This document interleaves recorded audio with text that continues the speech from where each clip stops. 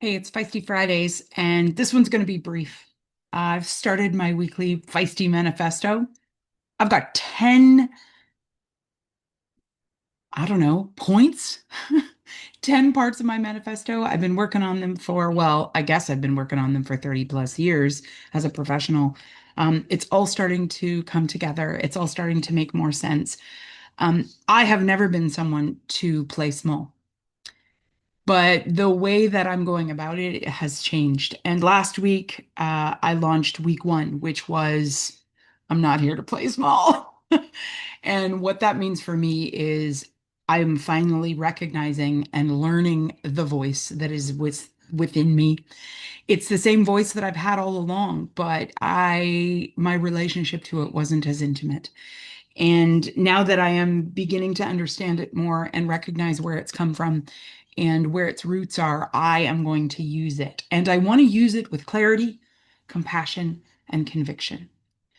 This feistiness has often created friction, and that's not my goal.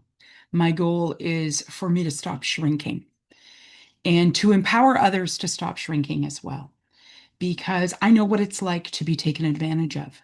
And I was the one in my life and in my experience that was untouchable.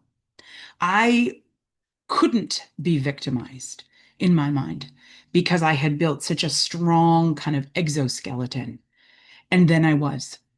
I remember the moment I was with a therapist and we were talking about the incident of me not being fired, but the incident that certainly led to 8 months of torture before I was fired. And I remember the therapist saying, "You were a victim," and me immediately saying, "That's not true," and recognizing actually it was true. I remember the feeling, and I remember feeling disempowered because I had worked so hard to not be that kind of woman.